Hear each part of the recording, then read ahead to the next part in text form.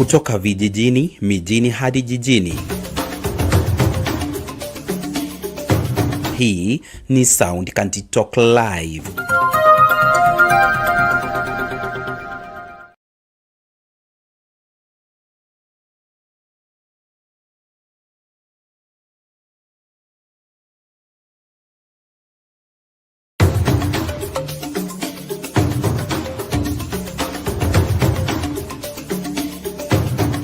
Kutoka vijijini.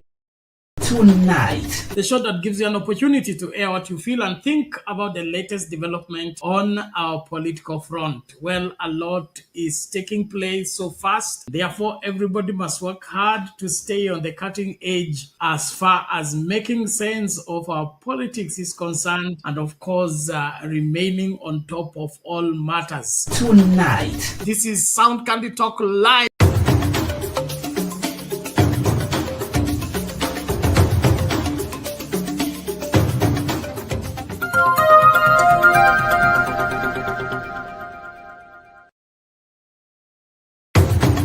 We also work on creating documents, feature stories, explainer videos, 3D, animation, and anything media related. We also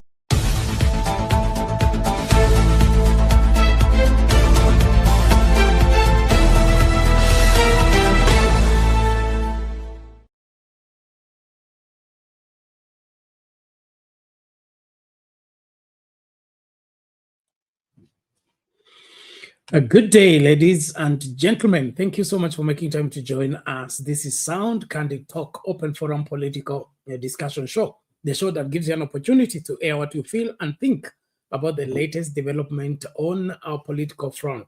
Well, there seems to be a shaking in the MOU between ODM and UDA on the aspect of their cooperation in the interest of the country, to see to it that it's stability, peace, and therefore development can take place. But from the look of things, one of the main agreement between the two political parties was an end to abductions and killings, police brutality, and all manner of ills intended and believed to be perpetuated by the state against the people. But it appears ODM, that is pro-people political party, is feeling cheated into the agreement. And from the words of the SG, Edwin Sifuna, the Nairobi senator, he says he doesn't see the need for that agreement because what has happened, especially in relation to the arrest and demise of Albert Ojwang, there is nothing about the MOU that is working in the interest of the Kenyan people. And so it appears ODM is exiting from the MOU, and this can only spell disaster ahead of what is being anticipated, because William Ruto, without the ODM support at this point in time, I think he has a lot that he needs to prove to Kenyans that he is the man for the job. And so as we dive into this discussion, we want to call upon you.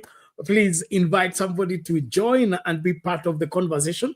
There is also the voice of Rigathi Gachagua, the former deputy president, on the issue of sacrificing the junior police officers in defense and the shielding of the culprits who are the senior commanding officers in the police force, especially on the issues of abductions, killings, and police brutality. And so Gachagua is of the opinion that the OCSs and these constables that are being interdicted and all manner of being forced to step aside is a ploy to save the big boys up there. Do you believe the same? And then, of course, there is also the attitude that now people are having. It is clear that William Ruto is defeated in arresting the issue of abductions and police killings. Is that what you believe? That forms the poll question that we are responding to tonight. Do you think William Ruto is unable to arrest the abductions and the killings in the country? Let us hear what you think about the same by casting a vote on Sound Candy Talk YouTube channel, Sound Candy Talk Live YouTube channel. We are also live on Facebook, Sound Candy Talk, as well as TikTok. We salute everybody who is joining us from wherever you are. Please make sure that you take charge of the space where you are getting us. And let us know also where you're watching from, and it will help us know the demographic that we are covering by reason of engaging Kenyans on the issue of our country and what needs to be done. So please invite somebody, share the live, like the video, and let us gang up and make a difference tonight. Thank you so much. I appreciate everyone. I can see our PS Tuni already here. Please, let's share the link widely, get more people to join. Here is the link for those that are planning to be part of the conversation on the main screen. Click on the link, allows StreamYard to configure for you the camera as well as the audio. Get into this space and let us get talking. ODM slams Ruto over the MOU betrayal as DIG Lagat vanishes from public eye amidst accusations and counter accusations of his involvement in the torture and final demise of Albert Ojwang. Is this it? Or he's taking a deep dive so that the dust can settle and then he resurfaces? The spirited effort to get him step aside is building up as teachers join into the call for Lagat to step aside. Will he survive this? Ama kutakuwaje? Asante kwa kila moja. Naomba tafadhali tumakinike kukaribishana. Kumbusha mtu kipindi kimeanza na tuwe ngangari kuhakikisha kwamba ukweli wa mambo unajulikana sehemu zote ambazo unatupata. Asante sana. Naomba tuanze na hiyo story ya Edwin Sifuna akisema haya mambo vile anavyokwenda, basi hakuna haja ya hii MOU. Sijui unasimama wapi kwa mambo haya. Najua it has not been a popular decision since the agreement was signed, and so I can see most Kenyans will be sharing the sentiments. But from the look of things, the way the William Ruto administration is functioning and the way they are going about their politics as well as their governance, do you see the MOU working in the interest of this country or what? Thank you, everybody. Let's hear this out and then share into what we think on the same. Here we go. Nataka niseme kama katibu, watu wamekuwa wakiniuliza mbona Sifuna hazungumzi mambo ya kijana Albert ambaye aliuawa kwenye msee kule Nairobi. Sikuwa nazungumza kwa sababu nilikuwa na hasira sana. Kanisa inatufunza kwamba ungojea hasira ipungue ndio ongee. Viongozi wa kanisa ambao mko hapa, nimengoja hiyo hasira ipungue, imekataa kwenda. Lakini leo lazima nitasema. Mahali tumefika Kenya hii, hakuna haja ya maneno tena. Mahali tumefika Kenya hii, we want action, we don't want words. Na nataka niseme, for me, ukiniuliza kama Sifuna, ule mkataba tuliandika na UDA is of no use as I speak today. Haina kazi hiyo mkataba. Kwa sababu inawezekanaje tunaandikishana tuseme hamtaua vijana. Kijana anachukuliwa kutoka kwao, anapelekwa mpaka Nairobi, anauawa kwa seli. Juzi tumeona wengine wawili wamechukuliwa Elgeyo Marakwet. Wamepigwa, wamekatwa mikono, wamerushwa kule Nakuru. Mwingine amekufa kwenye police station ya Katitu hapa juzi. Na ndio maana nasema hiyo mkataba haina maana. Mahali imefika, it doesn't matter what else Ruto does. It doesn't matter what else he does. That agreement is dead. It is dead. The only way you can breathe life into that agreement ni urudishe uhai wa Albert na vijana wengine ambao wameuawa hapa mbele. Hatutashinda kila siku kuongea. Jambo la mwisho. Niendelee nisiendelee? Niendelee nisiendelee? Lazima tuseme haya maneno. Jambo la mwisho, mheshimiwa, umetuzu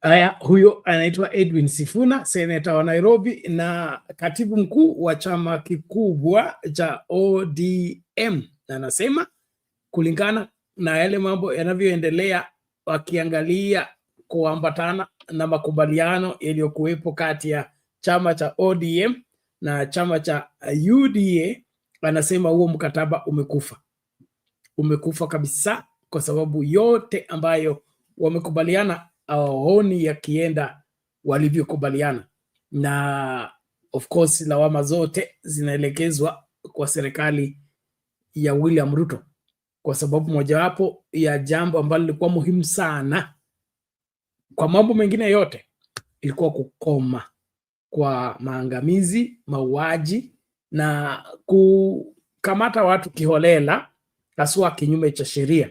Ilikuwa turudi katika ile hali ambayo katiba itatawala na sheria itatawala, lakini inaonekana serikali ya UDA hawako tayari kufuata katiba na wako tayari kutekeleza kazi yao kikatiba.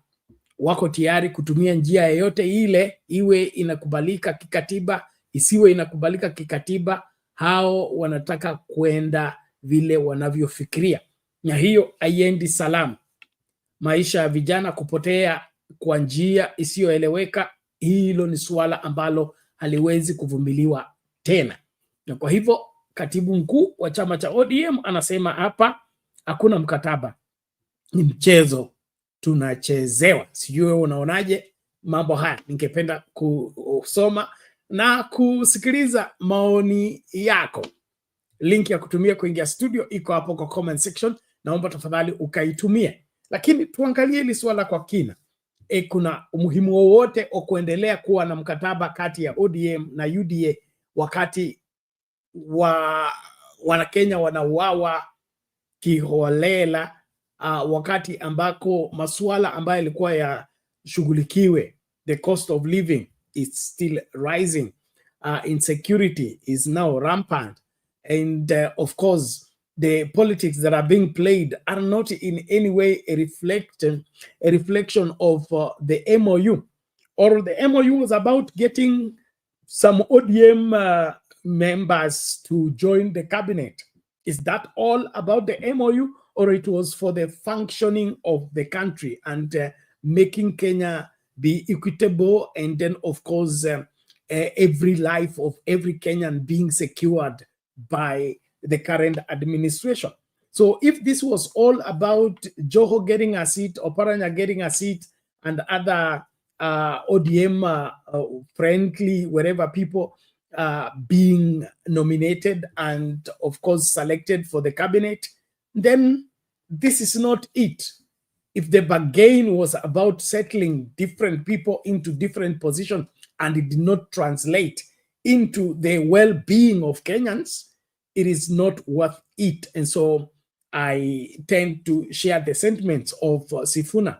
And this is something that I don't think should be a problem to anybody of sound mind when it comes to dealing with a crisis.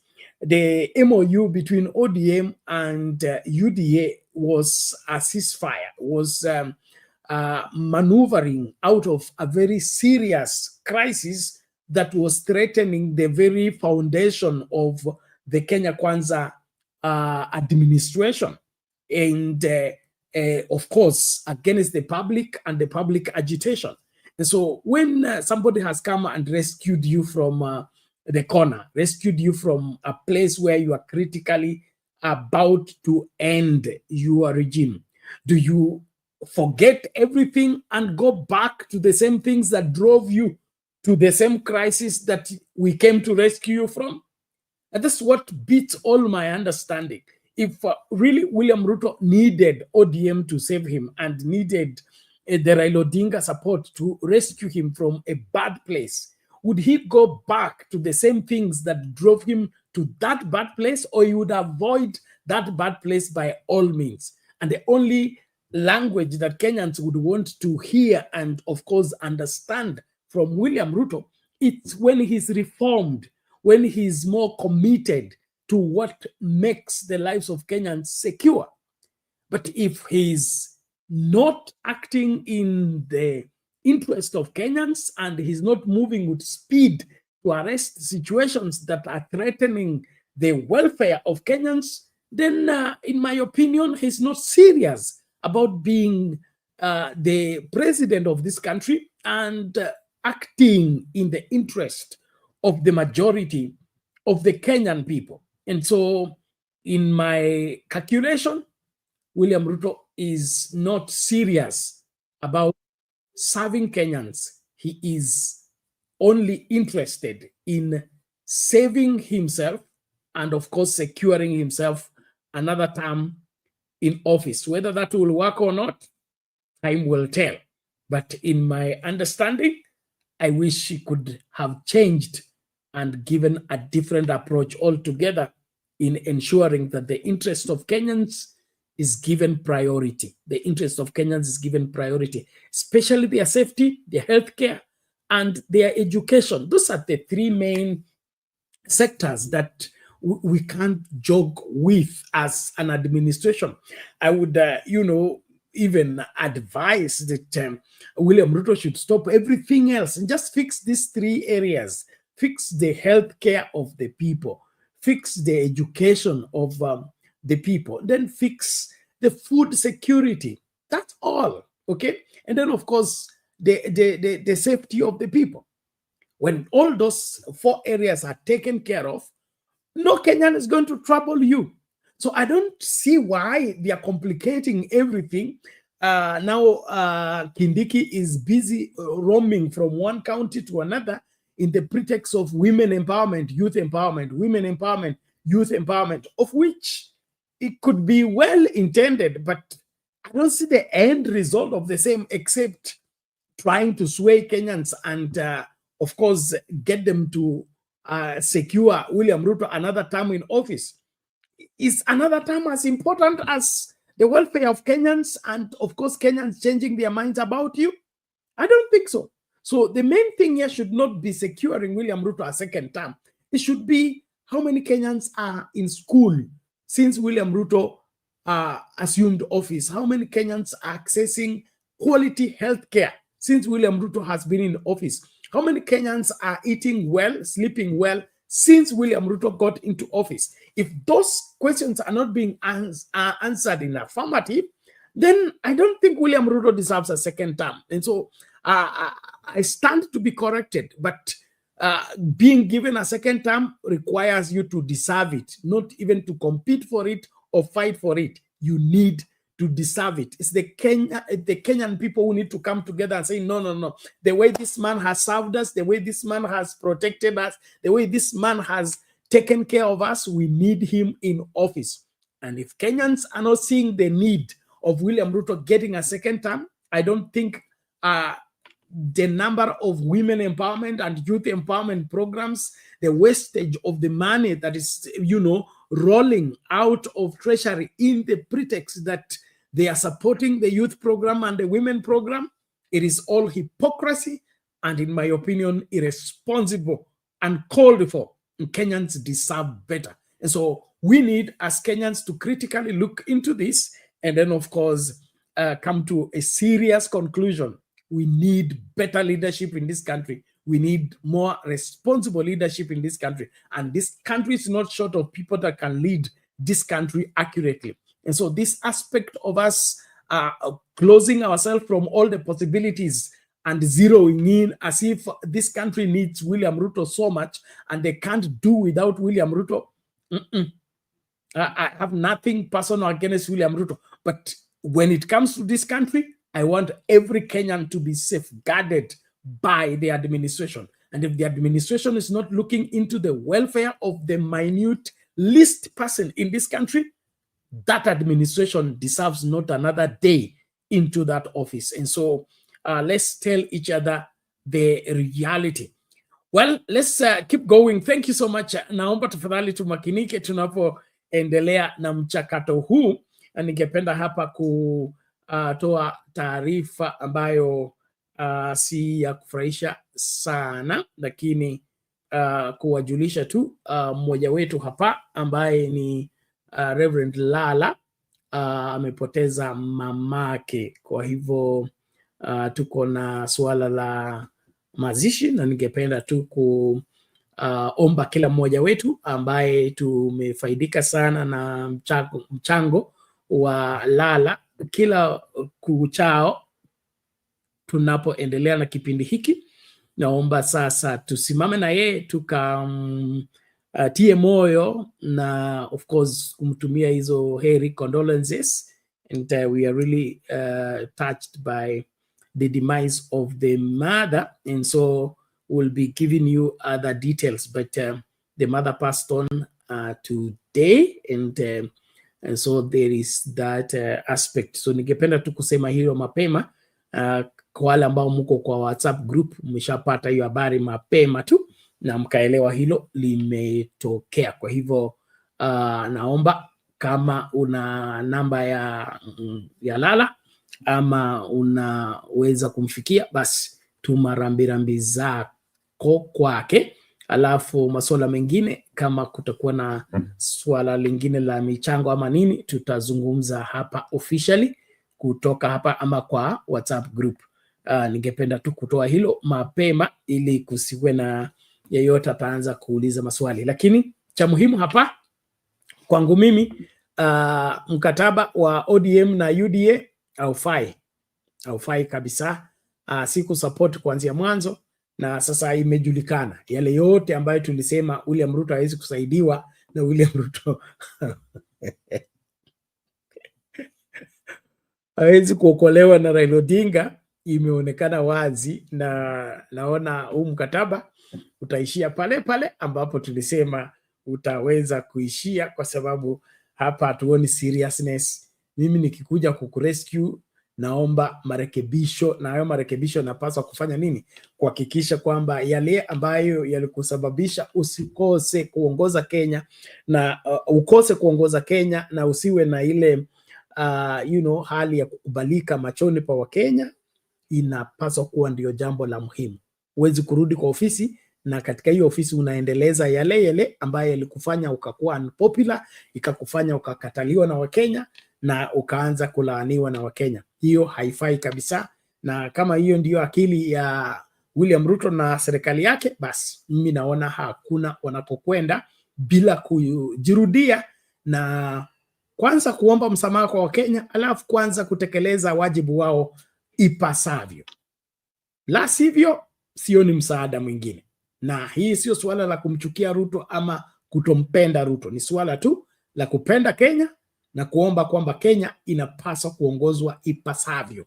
Hatuwezi kuwa sisi ndio tunaongoza kwa mbele, lakini ikifika kwa masuala ya uongozi tunachukua wale watu ambao ni duni, wale watu ambao hawawezi kusimama na kuhesabika katika ile heshima ambayo inapaswa katika masuala ya uongozi wa kimataifa. Kwa hivyo naomba tafadhali tumakinike. Asante sana. Simba Marisaidi sema mambo ya wadau ODM wajitoe, sifa ya ODM ya fifia kujiingiza kwa hii serikali. Haya basi, ndio hivyo. Huyu anasema ODM itoke mara moja kwa sababu uhusiano wao na UDA unaharibu chama ambacho ni imara, ambacho kimekuwa katika uongozi wa kisiasa kwa miongo miwili sasa. So uhusiano wao na UDA au faidi ODM unadidimiza ODM. Haya ni maoni yake Simba Omar Said. Asante sana. Kuna huyu Tayanik TV. Tayanik TV anasema Raila said that when Sifuna speaks, that is the ODM position, right? Exactly. Na kama SG anasema basi mambo ndio hayo, na hii tu ni ishara ya kwamba mambo hayapo vile yanavyokaa ama vile tunavyo aminishwa na wale ambao wanacheza huu mchezo wa siasa. Na kwa hivyo ni kama yanayotokota huko nyuma ya curtain sio mazuri sana, kama huu mkataba ndio unategemewa kutafutia William Ruto second term na kuimarisha nchi, kwa sababu huu umekufa, Sifuna amesema. Na unless kuna lingine, msimamo sasa hivi ni mkataba kati ya UDA na mkataba kati ya UDA na ODM umekufa. Hayo sio mambo yangu, hayo ni mambo ya Sifuna ambaye ni Secretary General wetu wa chama ambacho ni kikubwa katika eneo hili la Afrika. Ningependa kushukuru kila mmoja. Naomba tafadhali tuendelee kumakinika.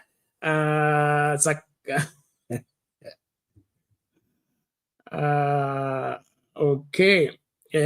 Tuendelee hivyo hivyo. Naomba wale ambao mnakuja studio muwai mapema tafadhali. Leo tunajua lazima tuamkie kanisani, kwa hivyo kipindi kitakuwa kirefu sana, lakini tutachambua haya masuala ipasavyo. Na kama lugha ni shida utuambie pia, so that we don't leave you behind, but I believe you're following from wherever you are. Thank you our TikTok friends, thank you so much. Please to share your life, alafu like video, and then participate. Keep the screen active, and let us also enjoy the show. You can post your comment out there and they will be able to read it out until we are able to marry the two screens. In the meantime, we will be on those different screens, but same message, same understanding, and of course, same analysis. Okay, thank you. Amos Otieno anasema, how is youth empowerment helping when they are killing the same youth?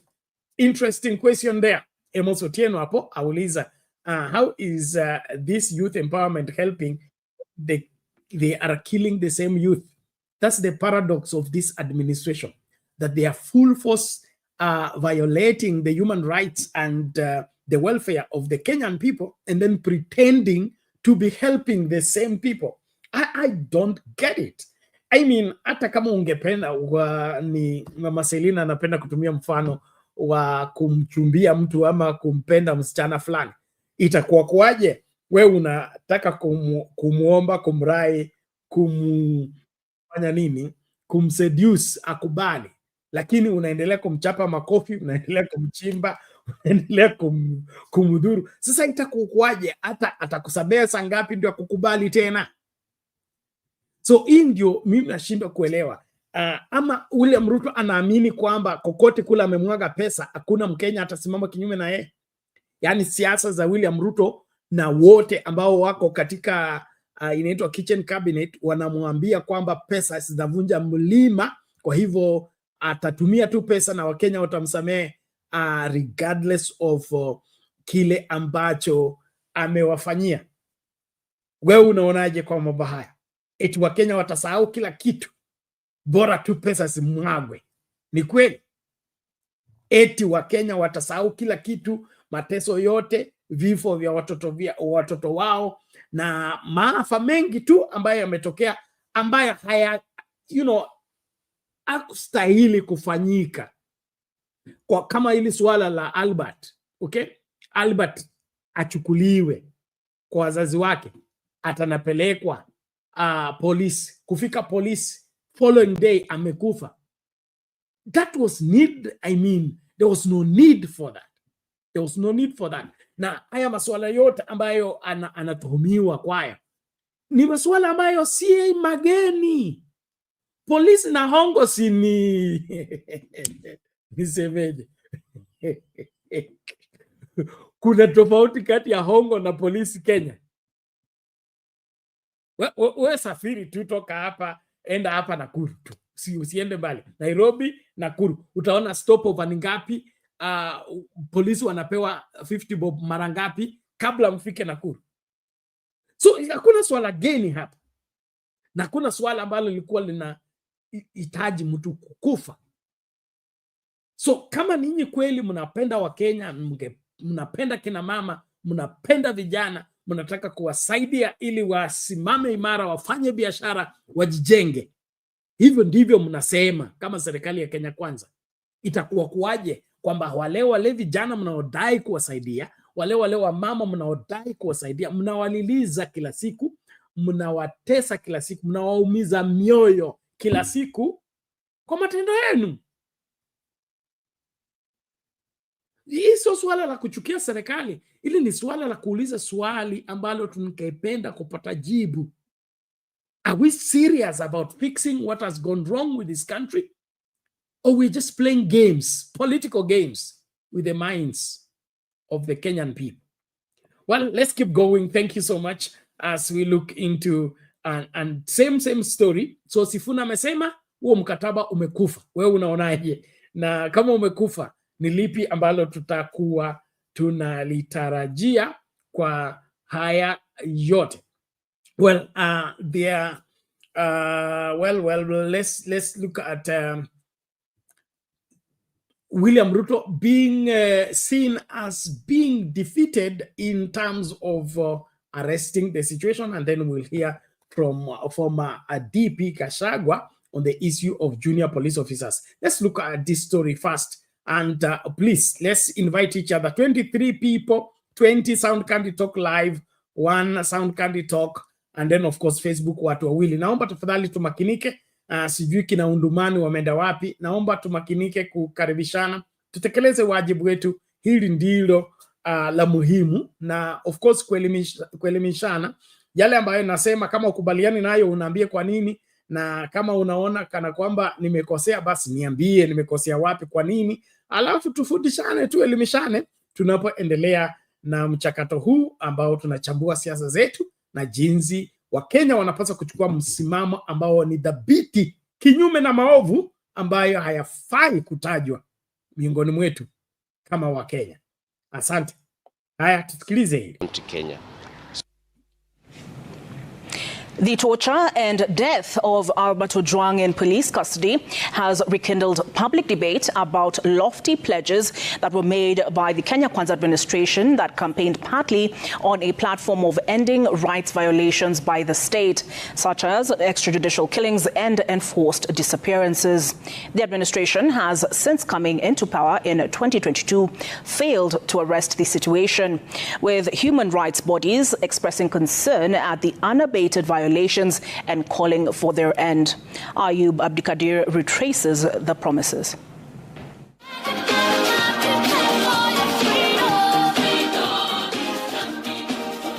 Seemingly taken aback by the epidemic of enforced disappearances, extrajudicial killings and the catalogue of human rights abuses ostensibly committed by the administration he served as the deputy president, Dr. William Ruto, convincing in tone, abandoned the security policy identified with his then boss, Uhuru Kenyatta. Kenya Kwanza will end political weaponization of state institutions.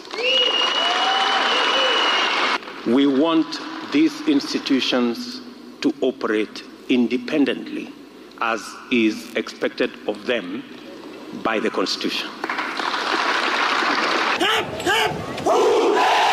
And for the horrifying violence meted on Kenyans, the then Deputy President directed his executive anger at the police, laying blame at the doorstep of the duty bearers. We have the most incompetent Inspector General of Police, I think, in the world. The most incompetent in the whole world. His assumption to office offered the new administration with remedial measures, the casualties list kicking. Polisi wakabadilika wakawa ni watu wa kuwaua wa Kenya badala ya kuwalinda. Tumevunja, mimi nimeamurisha juzi ivunjwe ile ilikuwa inaitwa special sijui nini ya police ambayo ilikuwa inaua wa Kenya kiholela. That is the history we want to forget. How did Kenyans end up being killed in this manner? And then it was business as usual. 30 bodies in Yala, there's 17 bodies in Garissa. I don't know how many bodies were. You know, people, you know, there was a container here at the Nairobi area where people were being slaughtered in a police station. How did we end up there? You know, what kind of rogue, you know, institution? And that is why I fired that Kinoti man, you know, because, I mean, it's not right.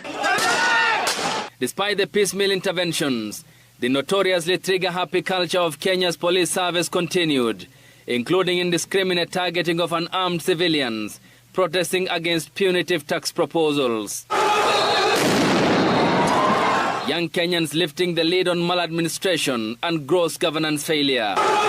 The taxpayer-funded Kenya National Commission on Human Rights reported 60 cases of extrajudicial killings and 71 cases of abductions and enforced disappearances after the 2024 Gen Z-led demonstrations, calling the wave of killings unprecedented targeting and killings of individuals as at October 2024. The killing of Albert Ojwang while in police custody renews debate on administrative failures to end heavy-handed police conduct, either directly or by being complicit, and the long-winding route to justice for his and families of Kenyans fell by police bullets.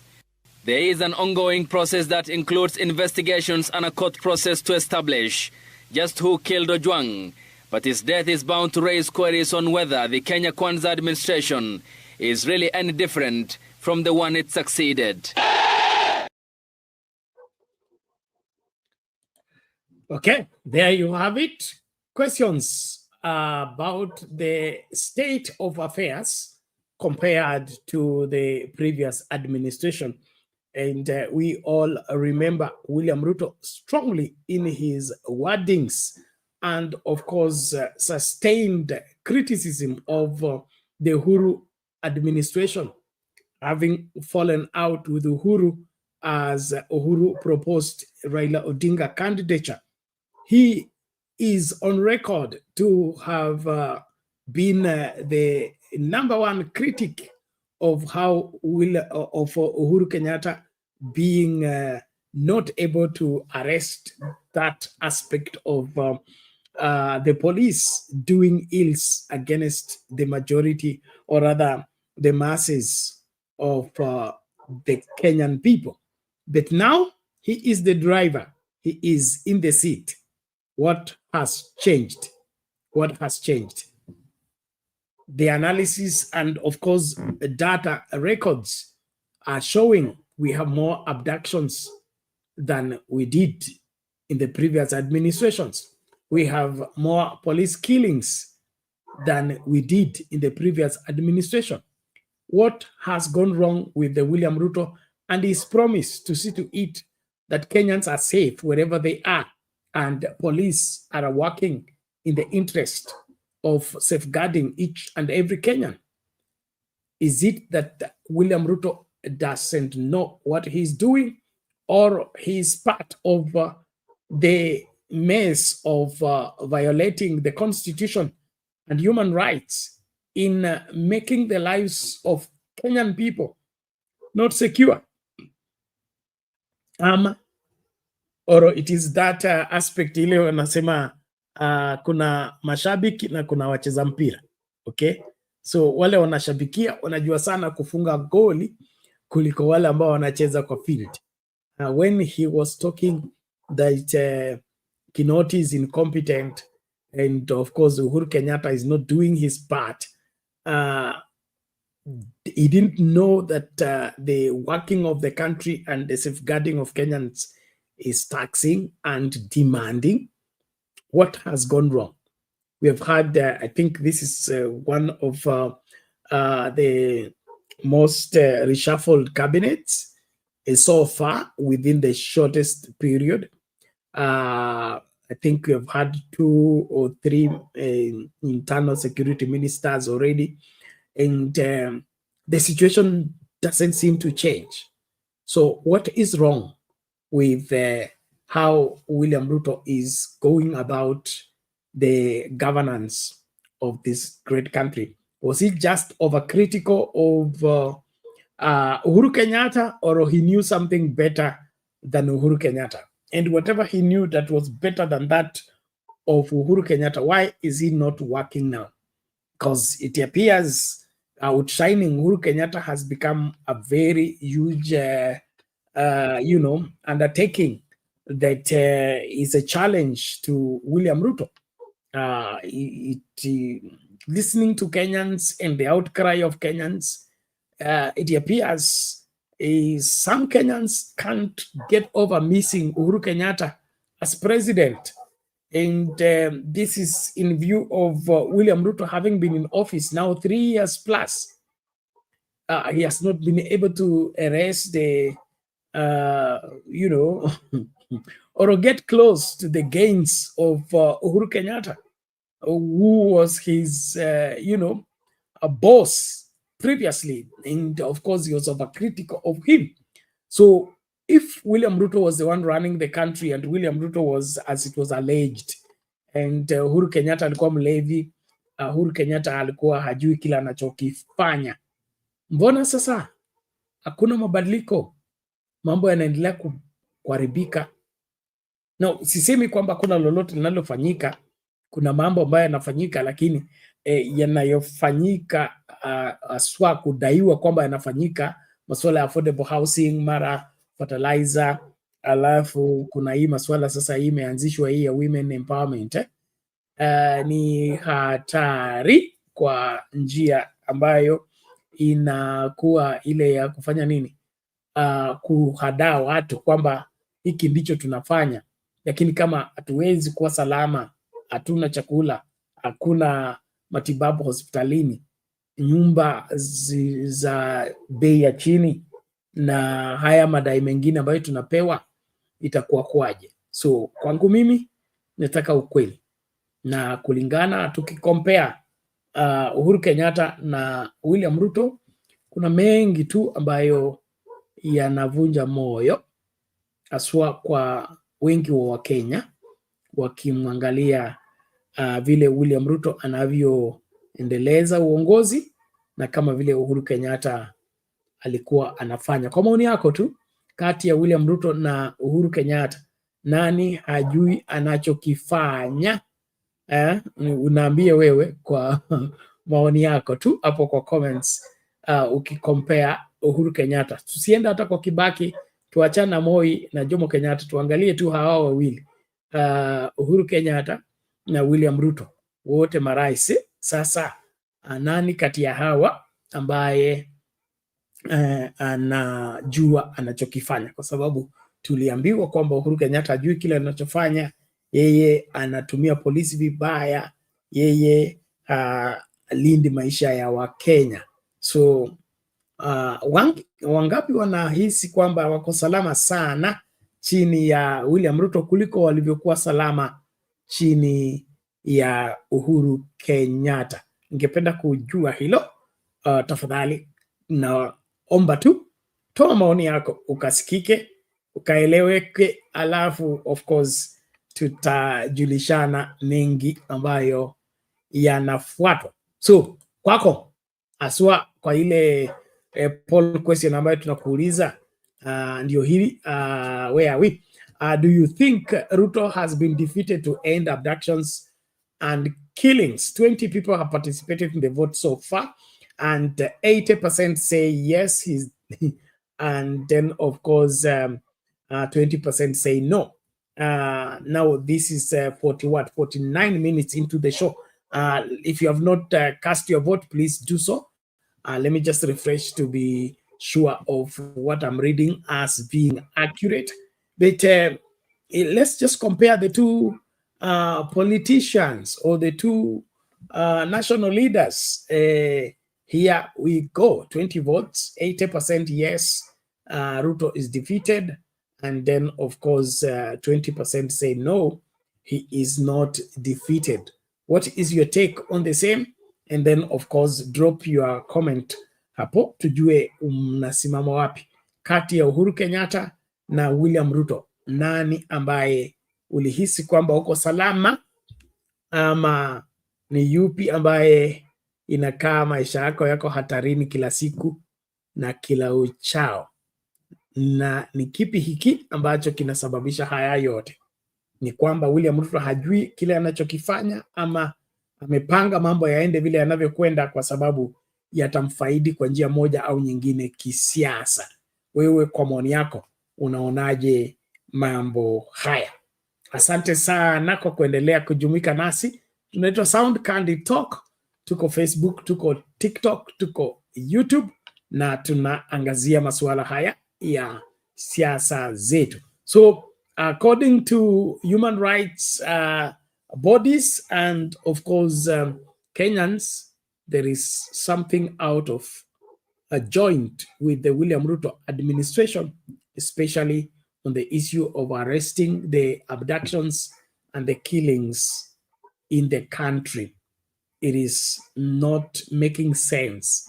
Whatever Ruto says and whatever Ruto does are not in agreement. That is where the problem is. He gives a commitment that the abductions are over, that there will no longer be abductions. And no sooner has he finished saying that there is a new abductions, there's a new killings, there's a new extrajudicial killings. Why is this the case? Is it that he doesn't want it to end or what? And these people who are doing this, if he's not in support of them, why haven't they been able to arrest the situation? Innocent sent me some clip, which let me see if I'm able to share it. It's just a few seconds about an abduction that just took place. Where are we? Okay, here we go. Just look at this shortly. It's not much. It's less than 15 seconds. But you see this somebody in South B. He's on the stage in broad daylight, and the abductors just pull their vehicle there and then are able to carry this person into the vehicle and then drive off. So if this is what is happening, and William Ruto gave commitment that this will not take place. So who is who? Who is fooling who? Let's look at this.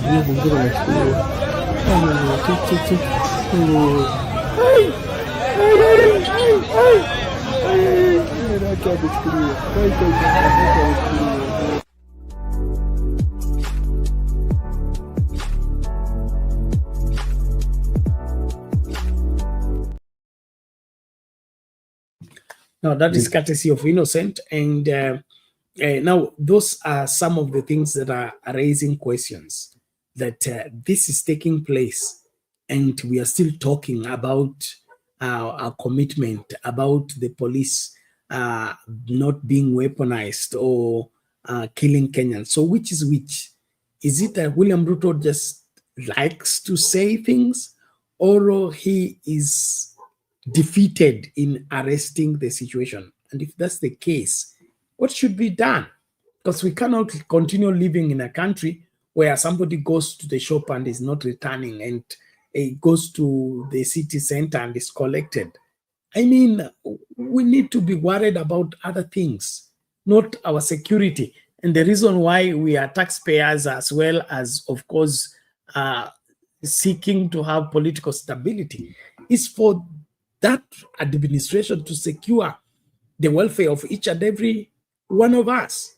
And so, is it that William Ruto doesn't know what's happening, or is part and parcel of the rot of the ills that are being done against Kenyans? Let's listen to what Gachagua said about the same. I mean, what led to the fatal crash? And I continue to follow up on the accident in Mombasa. But then again, former Deputy President Rigathi Gachagua has once again started the honest nest, this time over the controversial murder of Albert Ojwang, warning junior police officers against being used as pawns in what he calls dirty assignments. Gachagua claims that senior officers are being shielded while the juniors are thrown under the bus as scapegoats in a case that continues to spark national outrage. KTN's Daniel Kariuki with more. Former Deputy President Rigathi Gachagua has once again hit out at the police over the controversial death of Albert Ojwang, who died while in police custody. Speaking during the burial of Gladys Wairimu Kariuki, the wife of the late Gigi Kariuki in Rigathi Gachagua warned junior officers against being used as scapegoats by their seniors. You have seen what has happened.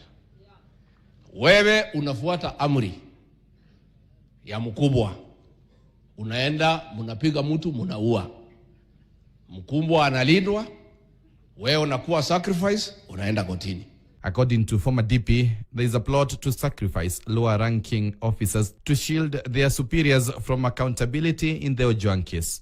Don't obey unlawful orders. Don't carry out illegal instructions. I want to ask our police officers to follow 4 documents as they work. The Constitution of Kenya, 2010. The Penal Code, Chapter 6.3 of the laws of Kenya. The Criminal Procedure Code, CPC, Cap 7.5. And the Evidence Act, Cap 80. Those should be your guiding documents. Mkubwa akikwambia kwenda piga mtu, mwambia kuandikia karatasi. The former DP did not stop there. He also took a swipe at the government's empowerment campaigns, accusing senior leaders of squandering taxpayers' money under the guise of uplifting Kenyans.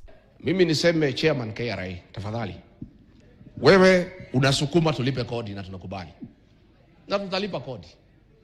Lakini tunasikia baya, hii kodi tunalipa kuliko kujenga barabara na kuweka maji, inapatiwa mtu ya soprano kuzunguka akihonga watu. It is wrong. Huyu soprano anaenda na 100 million every week. Hii ni ile pesa Muriithi amechukua. Mimi nauliza viongozi, tafadhali, kwa ile muda umepewa kuhudumia wananchi, fanya kitu ambayo unaweza kumbuka naye.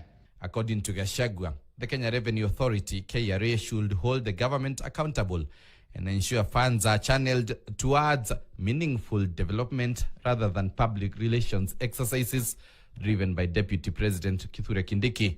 Sasa wewe Muriithi, si uchukue pesa ijenge barabara, iweke maji. Hawa askari hawajalipwa allowance yao.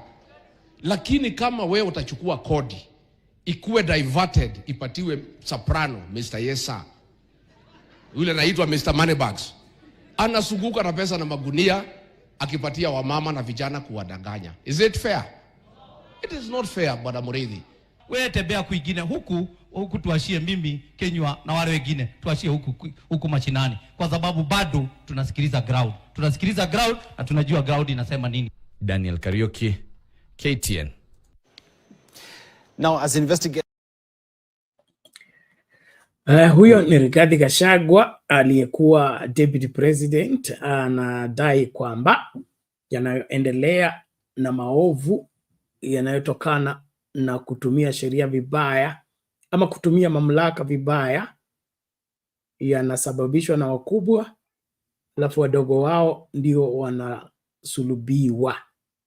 So anaonya kwamba polisi, hata kama ni sheria wao kutii wakubwa wao, wasitii wakubwa wao wakati wakubwa wao wanawashinikiza kuvunja sheria.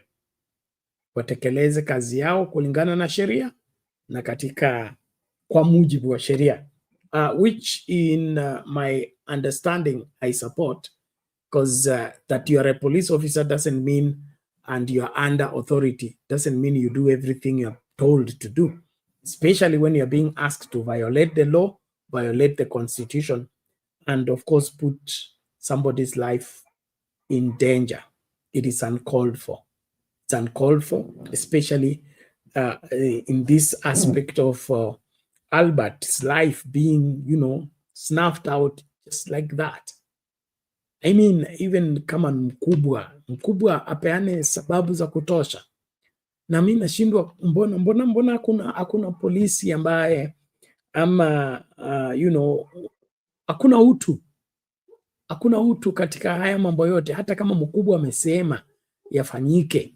Sisemi kwamba mkubwa ndiye alisema, lakini hata kama mkubwa amesema yafanyike, wapi utu katika sisi kama Wakenya? Utu ile hali ambayo umepewa, hata kama umelipwa kwenda kuangamiza mtu.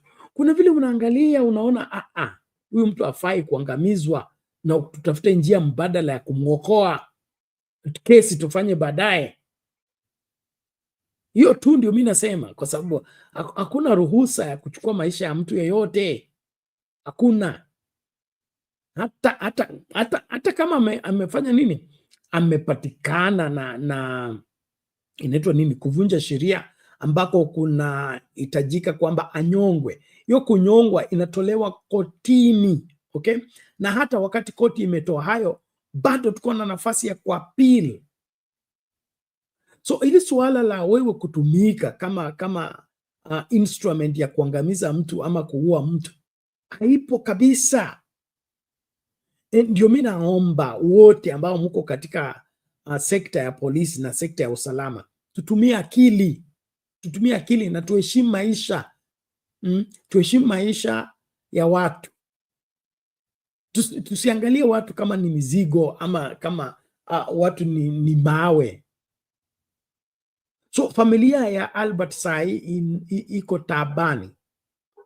Yule mtu ambaye alikuwa tegemeo lao na tegemeo lao la pekee anaangamizwa tu kwa njia ambayo haieleweki. Kwa nini? Eti ulipata orders from above. Orders from above where? No, let's be human enough to look into the situation.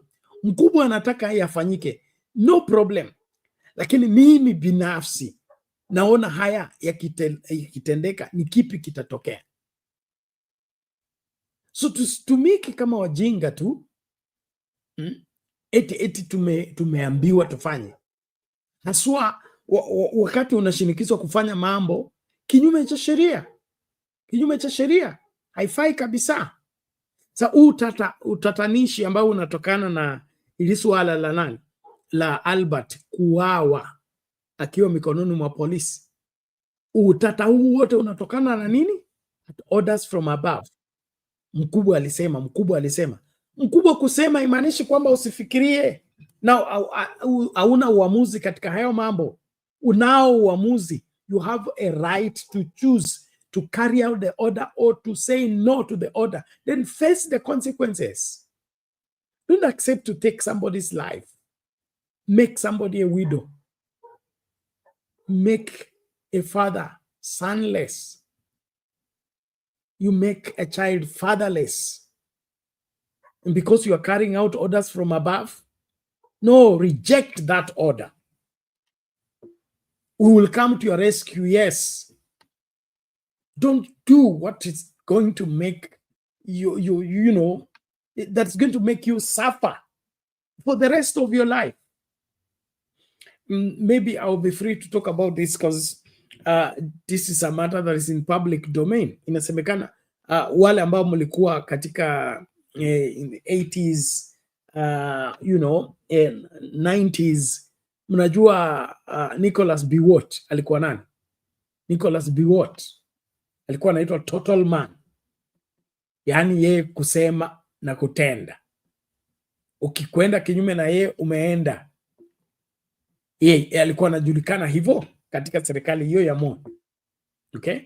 Lakini nasemekana katika ile siku zake za mwisho kabisa, sasa Moi ametoka madarakani na yeye pia akajaribu kufungua, ilikuwa New Kanu, sijui Old Kanu, masuala kama hayo. Lakini inasemekana siku zake za mwisho kabisa aliishi kwa hofu.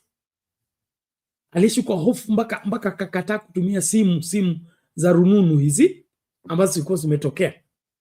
So simu ikilia anaruka, anatoroka, mpaka anaanza kutoroka kivuli chake. So Mr. Total Man now lives in fear. Kwa nini? Yale aliyotumia mamlaka yake kutekeleza hayakuwa mazuri. Wengi wa watu ambao walisaidia kuangamiza wakaanza kumfuata. So wewe usitumie ofisi yako vibaya. Don't abuse the position that Kenyans have given you to serve. Please, let's reject evil. We can't go on as a country like this, that you're given orders to go and make a child fatherless, to go and make a woman a widow. No. reject orders that are not in line with the law. And then let's face the consequences thereafter. This situation of Albert, let it be a lesson. Let it go down on record that there is a revolt, even in the police force. Encourage that. Let there be a revolt, other than for us to lose lives carelessly. Yes, young people are rioting. Yes, they are protesting. And some of them are overdoing it. But does it warrant to kill any of them? Is that bad that you have to use live bullets to kill and shoot to kill? Is that the position of everything? Let's go back to being human and do only what is required. And that is within the framework of the law. Polisi jukumu lake kubwa ni kulinda maisha, sio kuangamiza maisha. Sababu ya kupewa punduki ni kulinda Wakenya, sio kuitumia kuua Wakenya. Hiyo ndio sababu. Tuangalie kwa katiba tena, tuangalie kwa sheria. Sababu ya kupelekwa kikanjo, ulipiwe training fee, upewe uniform, upewe viatu, ni kwa kulinda Wakenya, sio kuwaua, sio kuangamiza. So kama unaona hizo boots unapewa ni kukanyagia Wakenya, na hiyo punduki umepewa ni kupiga risasi Wakenya, haujui kazi yako. Kazi yako kubwa ni kulinda kila Mkenya, hata yule mhalifu. Yes, hata yule mhalifu ni jukumu lako kumlinda, kuhakikisha kwamba amefika salama mbele ya judge. Judge ndiye anapaswa kusikiliza hiyo kesi, alafu afanye nini? Apewe ruling. Let's go back to the rule of law. Tuache hizi maneno ya shortcut. Tunataka kumaliza. Hakuna kumaliza. Unafikiria ukishamuua mtu umemaliza? Hiyo ndio mwanzo wa ngoma, na kuonya tu mapema. Hiyo ndio mwanzo wa ngoma. Kama vile unaofanyia watoto wenyewe wako watafanyiwa. Kama vile unahujumu haki za wengine, zako zitahujumiwa pia. Kila uchao mnalia hakuna nyumba, mshahara yetu ni duni, hatujapewa uniform. Haya mambo yote yanatokana na maovu mnayafanya, na hii sio kwa hukumu. Turudi katika kutekeleza wajibu wetu kama ipasavyo, kisheria na kikatiba. Kama askari wote, nakubaliana na Gachagua hapo, usi carry out any order that is not in line with the constitution. Reject it completely, and then let's face the consequences thereof. Hakuna mtu atakwambia uende kuua mtu alafu unaenda kumua mtu at you are carrying out orders from above. Which one is above? Stop it. Let's stop all this. We need a country that we can be sure that our safety and the safety of our children and the safety of our children's children is guaranteed. And we can only do that when we return the country to the rule of law and insist on everybody following the law, including those people called above. Yes, mtu akupatia order ambayo haiambatani na sheria, mwambie arudi akajifunze tena. Mwambie angalie kikatiba, ama kuandikie chini kwamba yeye ndiye amesema fulani aende kuuawa, ili kukitokea maswali utatoa hiyo stakabadhi imepigwa rubber stamp kwamba ni fulani alitaka fulani afe. So unaona saa hii sasa wameanza kujificha, kila mtu anatoroka, sio mimi, ni junior officers, aliingia kwa hoseli akiwa salama. Alitolewa saa ngapi? Akaenda wapi? Kwa nini? Tusivunje sheria katika ile pretense ya kusema unafanya nini, unatekeleza masuala ambayo umeagizwa kuyatekeleza. And so I really want everybody to take responsibility in their space and ensure that what is being done is in line with what should be done every time. Well, as we continue to look into this, like I said, we will not be able to stretch the show further. I just want to remind us that Reverend Lala has been bereaved. He lost the mother, and so let us stand in solidarity with him give him the moral support required. Pray for him, pray for the entire family. And then, of course, when it will be time to contribute towards that, we will alert you and give you the number to channel the support into. But for now, kama uko na namba ya Lala ama uko na njia kumfikia, wala ambao mko kwa WhatsApp group, mmeona hiyo message, naomba tu tusimame pamoja na Lala. Lala tumekuwa naye safari ndefu, amekuwa mchungaji wetu hapa, basi lazima tusimame na yeye kwa haya ambayo yametokea. Mama yake ameaga dunia na ni muhimu kuwaombea na kusimama naye. Haya, kuna hili swala la cousins hili swala la cousins limekuwa swala limetrend sana kwa madai ya Rigathi Gachagua akisema asiingiliwe, akiitwa kwamba yeye ni mkabila. Yeye alikuwa tunapanga familia yao na binamu yes, cousins katikati ya Mlima na Wakamba, Wadiko na makabila mengine. Sasa katika hiyo masuala ya kudai kwamba watu fulani ni cousins, Sifuna my Secretary General naye ametoka na ya kwake, anasema yeye kabla watafute cousins wanataka wapate wandugu kwanza. Wacha sikilize Sifuna alafu tuchambue tunapoanza kutamatisha kipindi cha leo. Let's look at what Sifuna said about cousins and brothers. Here we go.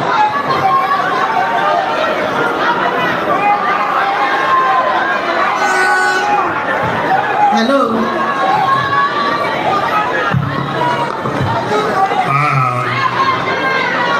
Asante sana Mheshimiwa Osoti. Kwa Mheshimiwa Kibali, ndugu yangu, mimi nimefika hapa nikuambie pole kwa kupoteza mke wako. Niko hapa kuleta rambirambi zangu mwenyewe, rambirambi za watu wa kaunti ya Nairobi, rambirambi za makao makuu ya chama cha ODM, kwa sababu vile mnajua, wale hawanijui, mimi ndio Sifuna, katibu mkuu wa chama cha ODM, seneta wa kaunti ya Nairobi na naibu kiranja wa walio wachache ndani ya bunge la Senate. Nataka niseme pole sana kwa familia yako. Umeeleza safari ambayo mmetembea na mama Catherine hapa, imetugusa sisi wengi. Kwa kweli ukiingia kwenye siasa, one of the biggest decisions you make is the person who lives with you, kwa sababu yeye ndiye ataweka msingi ya kazi ambayo unaenda kufanyia wananchi. Kwa hivyo ni jambo la uchungu sana. Nimeona vijana wako ni wadogo, majenzi. Nasema poleni sana kwa kumpoteza mama. Mheshimiwa Ndagala, protocol is protocol. There is no day you can suspend protocol.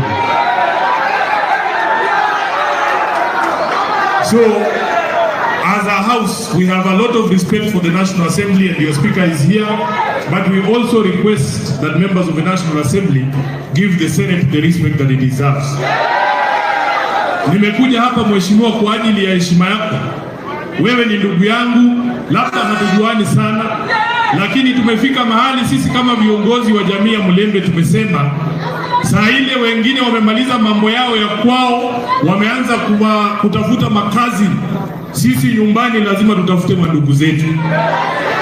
Unajua hapa nyumbani kuna watu wanafikiria kuna watu fulani hawezi kukaa pamoja, na hiyo ndio kasumba iko kwa Waluya. Wanajua Sifuna na Wetangula ati ni umbwa na paka, ati hatuwezi kaa pamoja. We want to change that notion. Sisi kama jamii ya Mlembe tutaanza kutafutana mandugu kwa mandugu kabla tuende kutafuta makuzo na wale mashemeji, ndio? Kwa hivyo tutatembea hiyo safari pamoja. Jambo la pili, nataka niseme kama katibu, watu wamekuwa wakiniuliza mbona Sifuna azungumzi hii mambo ya kijana Albert ambaye aliwao kwenye msee kule Nairobi.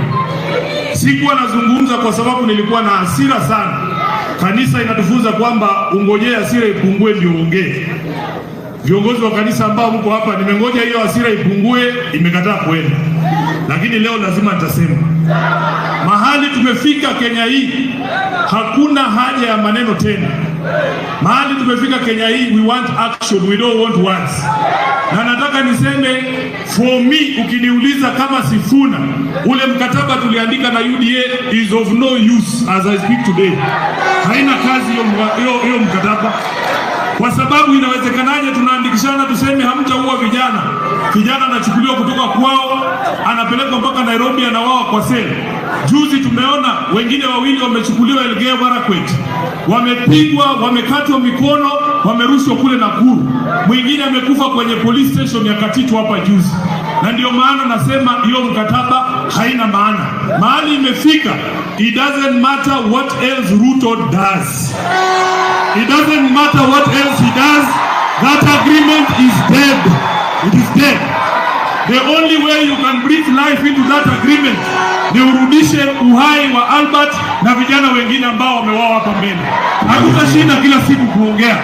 Jambo la mwisho. Niendelee nisiendelee? Niendelee nisiendelee? Lazima tuseme haya maneno. Jambo la mwisho, Mheshimiwa, umetuzungumzia jinsi ambavyo wewe ukiwa kijana, uchumi wa nchi hii ulikuwa unafanya kazi mpaka wewe na huyu mama mnaweza kupata kazi nzuri kule Mumias. Unaingia ukiwa teenager kwa nyumba ya 4 bedroom bungalow. Saa hii hawa vijana wako waulize utatoa wapi kazi ambayo inakupatia 4 bedroom bungalow ukiwa kijana mdogo? Hakuna. Wameharibu uchumi na wataki tuzungumze. Lazima tutasema. Alafu mwingine anatuambia kazi ni kazi. Kazi si kazi. Kazi ambayo ulipata ndio kazi ambayo inaweza kubadilisha maisha yako. Kwa hivyo sisi tutazidi kuzungumza. Uchumi umeharibika na tunaona watu kila wiki wanatembea na mamilioni ya pesa ati wanafanya empowerment. Inawezekanaje kwa mwezi moja mtu mmoja atoe shilingi milioni 100? Shirika la EACC tunataka uchunguzi hao watu wanatoa mamilioni kila wiki. Hiyo pesa utakuta ni pesa ya hao watu mumewaibia. Asanteni sana, Mungu awabariki. Asante sana Seneta. Makofi kwa Sifuna.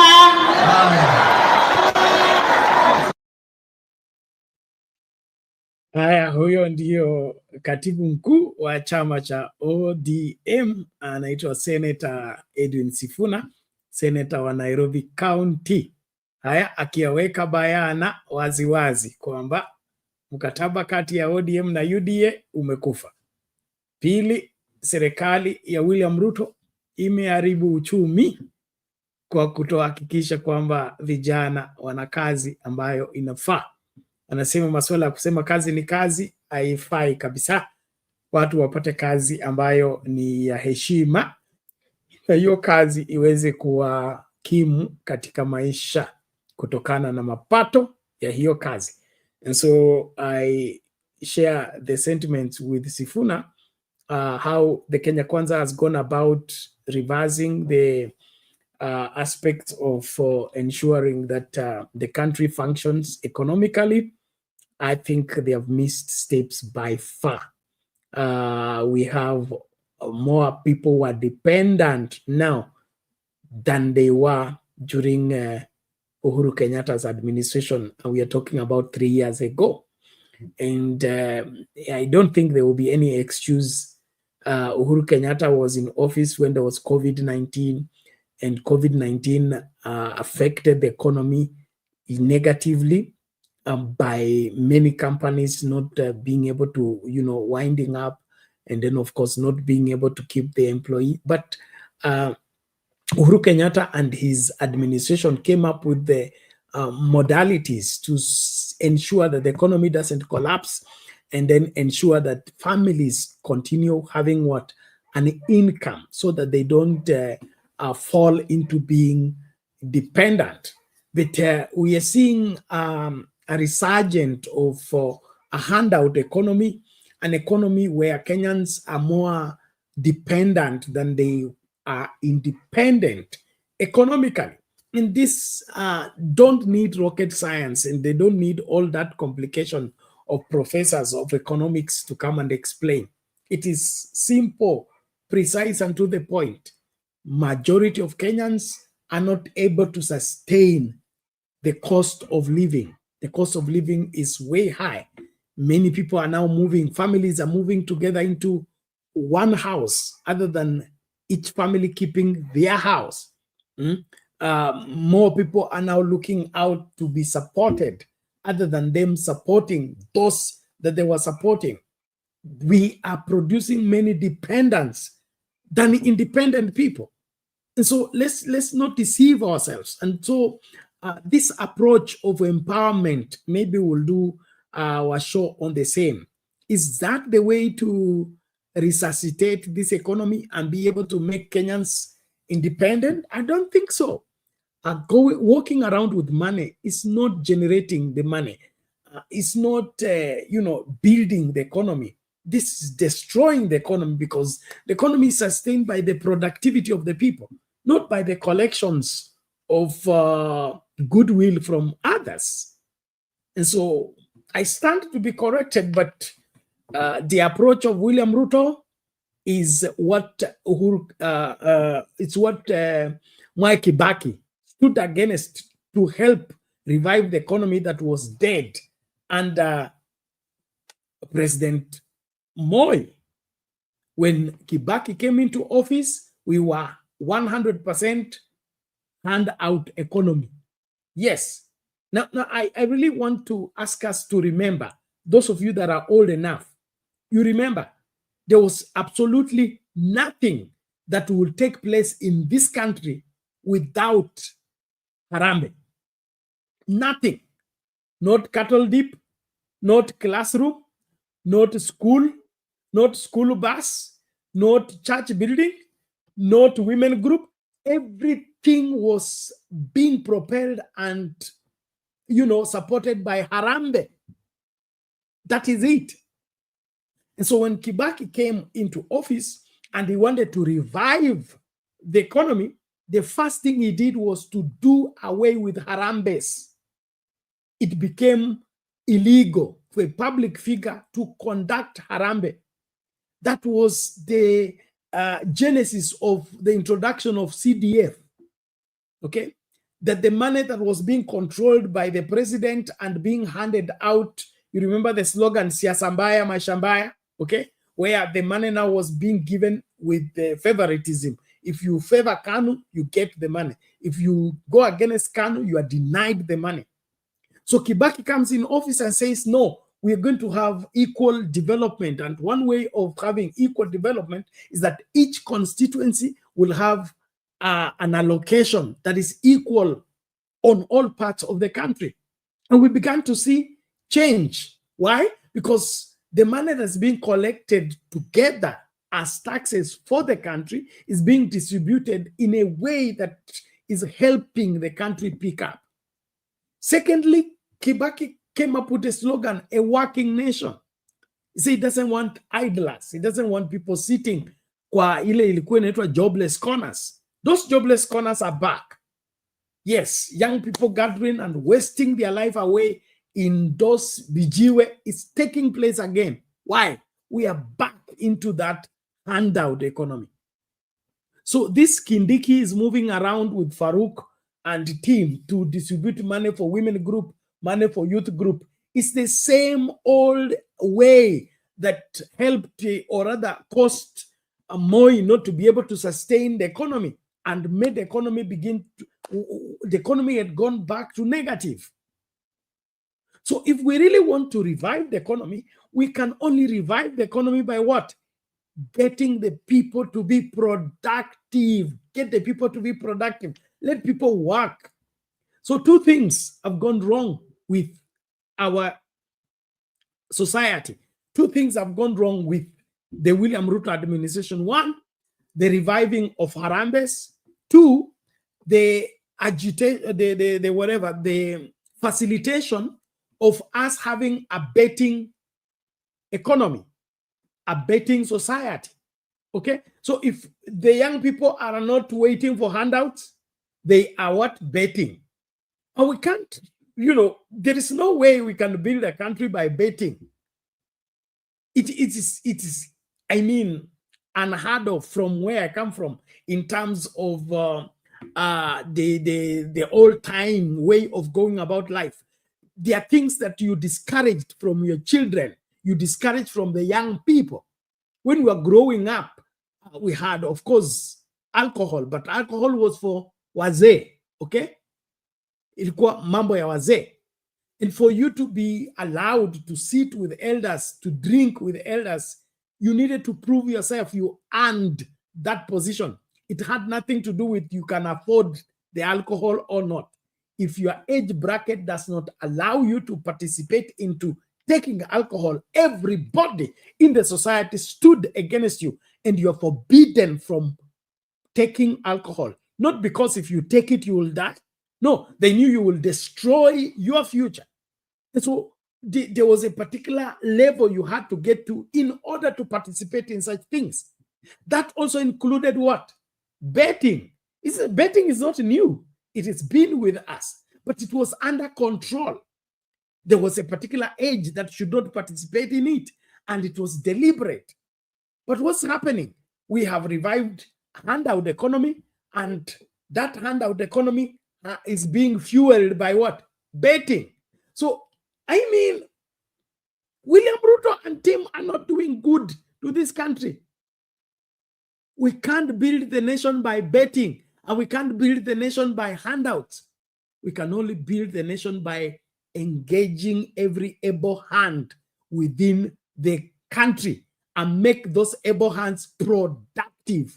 So the investment that we want to see is not empowering women group, is not empowering youth group, is building up industries. Building up industries. This 100 million every week, if it's put together, can't we have an industry for, if not for each county, can we have one for one province at a time? It will employ some 100,000 young people. Getting 100,000 young people off the street will help the economy. So why should you walk around with 100 million every week when that 100 million, when accumulative put together, put up an industry in one place, create jobs for the young people? Let's stop the madness once for all and get this country moving. Yes. So, free advice to William Ruto. Stop the harambe. Stop the handouts economy. I'm happy about the policy that came up about betting, because we had gone absolutely nuts. I mean, mad with this entire thing that every TV and every radio and every medium is now encouraging everybody to bet. And so people are chancing with their lives. Nobody's ready to roll their sleeves and work. Everybody's now taking a chance with betting. No, this is not the way to go. And so the William Ruto administration, in my personal analysis, has not done good to this country. And it appears is not intending to change the approach. And that is why we need to get rid of them.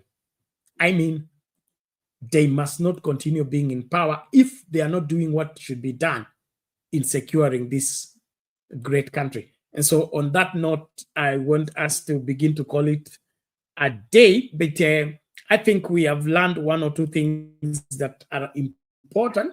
And is this hilarious video that I will play as we begin to close, just to help us begin to see the creativity of Kenyans and how some Kenyans are fed up with the Ruto administration. So somebody has created this one video about even the animals in the forest are not at ease with the William Ruto administration. So I don't know what your take will be on this, but I just want to play it as part of our concluding aspect of our discussion. But before I play the video, just to remind you, please let's stand with Lala, pray for him moral support. Tumia a message ya condolences, mpoteza mama yake na ni mama yetu, kwa hivyo tusimame na yeye. Pili, ningependa kuwakumbusha tafadhali, YouTube inamalizanga mwezi wao on 20th, so we are approaching towards that.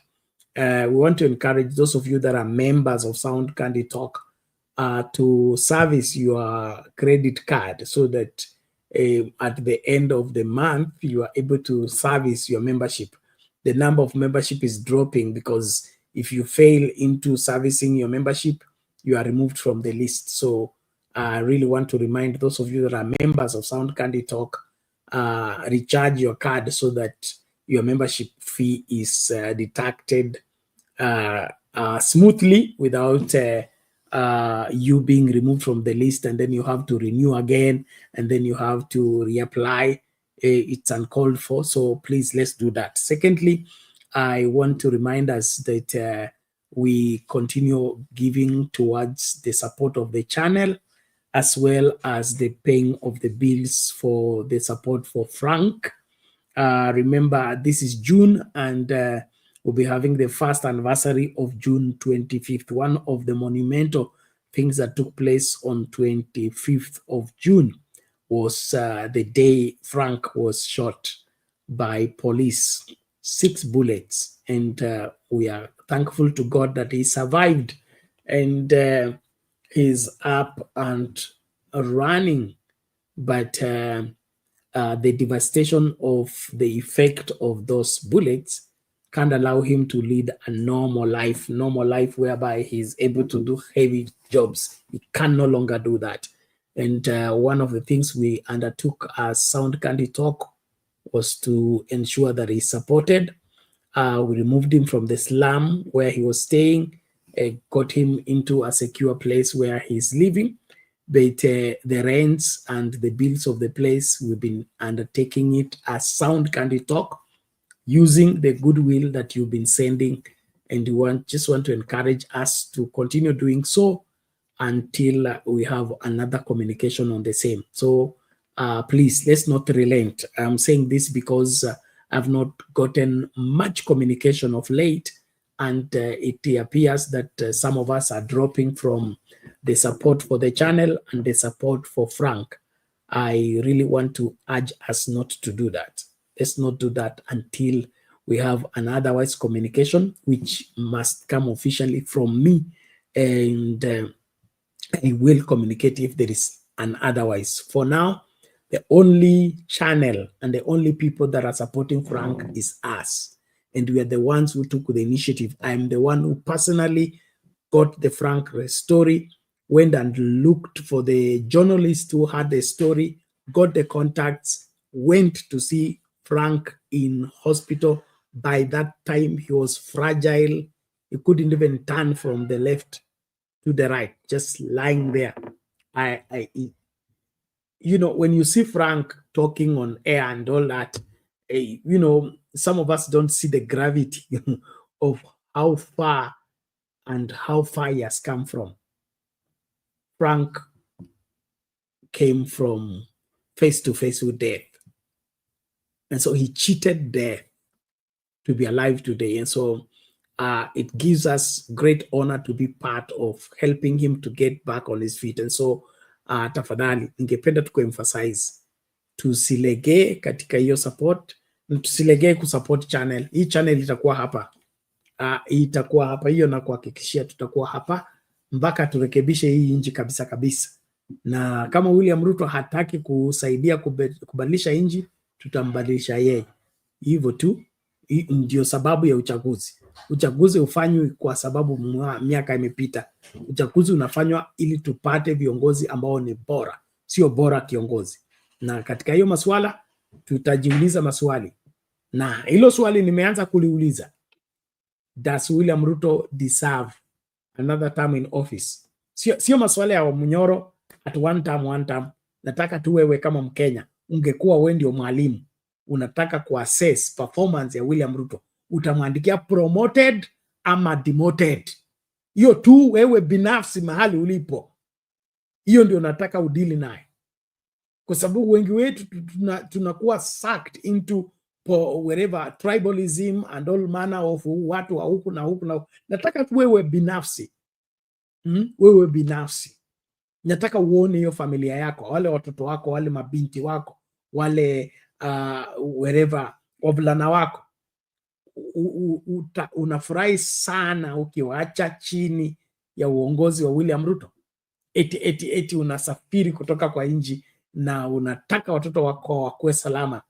Wangapi wazazi, sisi kama wazazi, tutakuwa secure wakati tumeacha hawa watoto mikononi mwa William Ruto? You know, from the view of what we have seen so far, are we safe and secure in leaving our country in the care of William Ruto? If not, then let us not do it. And so I have said many things, but kuna video nataka kucheza. Nikimaliza hiyo video nitakuwa nafungasha. Naomba tu tafadhali tusilegee. Nimeona communication moja ama mbili ya M-Pesa. Details ni hizi tafadhali. Utatuma mchango. Kama unatuma ya kusupport Frank, unasema ni ya kusupport Frank. Kama ni ya kusupport channel, ni kusupport channel. Swala la matanga ya Lala, hiyo tutazungumza baadaye. Ilikuwa tunataka kuwajulisha ili msisikie mahali pengine alafu kukatokee swala mengine. Ndio mambo mengi tu, na kuna wale ambao ni hackers, wana hack account alafu wanatumia kusema mambo ama kuchangisha hela kutoka kwa watu. Mjihadhari nao. So details za kutuma mchango wako kusupport Sound Candy Talk na kusupport Frank ni hizi. Till number ni 516575 516575. Hiyo unatumia M-Pesa, na aswa ni kwa wale ambao wako within East Africa. I think so East Africa will work, but beyond there you will have to use the M-Pesa line, which is +2547184545585. Bernard is the name. So nakuomba tu kwa hisani yako, na wewe ambaye unapenda ile kazi ambayo tunafanya hapa, utupatie hiyo boost na hiyo support. Tunue tokens, tulipe wifi na studio, tuendelee kukuletea masuala haya. Na hiyo yote unafanya kwa hiari yako na kwa kupenda kipindi na ile kazi tunayofanya. So note down that number, don't confuse it. Kuna wale ambao wana confuse till number na M-Pesa number. Usichanganye, ukichanganya itaharibu. So kama unatumia till number ni buy goods and services 516575 Sound Candy Talk, ama tuma moja kwa moja kwa M-Pesa +2547184545585. Kama ni ya kusupport Frank, unasema ni ya supporting Frank. Kama ni ya Sound Candy Talk, iwe hivyo. Lakini ningependa kuwashukuru sana kwa kuwa waaminifu na kuwa watu ambao mmefuata kipindi hiki kwa muda mrefu. Naamini kwamba tunafaidika. So with this I call it what a hilarious video. I'm calling it a day because mnajua ni siku ya Bwana, kwa hivyo lazima tujiandae. Tutakuwa na ibada mapema. So naomba tu kwa ruhusa yenu tuanze kufungasha. But there is this video still courtesy of who? Hii nimetumiwa sijui na nani. Okay, let's just hear this short, but I think it has a message. Tupe maoni yako leo. Kasongo ashuke. Hatuna amani hadi msituni.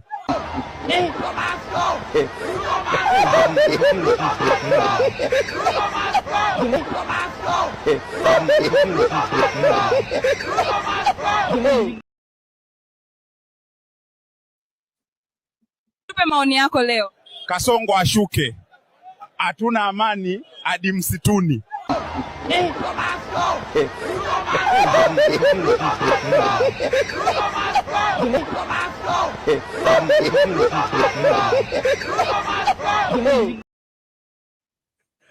Mambo ni kama hayo. Asante sana kwa kila mmoja ambaye umechangia katika kufanikisha kipindi hiki. Wanyama porini wameamua Ruto must go. Sijui wewe unasemaje? Naomba tafadhali tujitahidi katika kuendeleza kipindi na kuendeleza mabadiliko katika nchi hii. nimshukuru tena Tuni Muhammad wa PS, asante sana kwa kuendelea kuchangia na kusaidia kwa kipindi kufanikia. Simba Omar Said, asante sana kwa kuchangia na kuwa sehemu. Kuna Tayanic TV hivyo, asante sana. Ni vizuri umetukumbusha hapo. Raila alisema Sifuna akiongea ODM imeongea. So position ya ODM ni kwamba mkataba wa UDA na ODM umekufa. Okay, asante sana. Amos Otieno, asante sana kwa kuwa sehemu ya kipindi.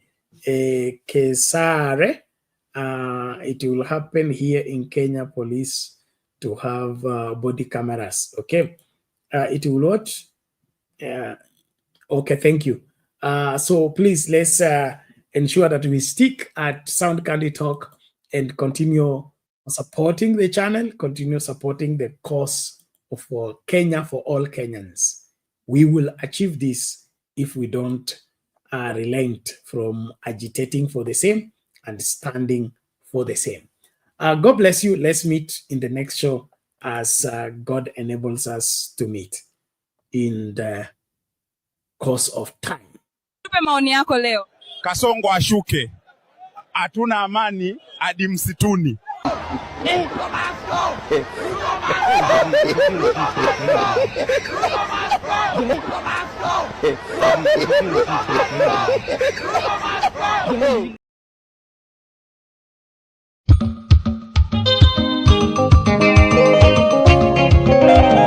Watu wa Mungu, Bwana Yesu asifiwe. Kipindi cha mahubiri kimerudi tena kwa kishindo kwenye Sound Candy Talk. Tunakufundisha, kukuelimisha na kukutia moyo kwenye Daily Bite. Mafundisho kamili ya Biblia kila siku kwenye runinga uipenda ya Sound Candy Talk.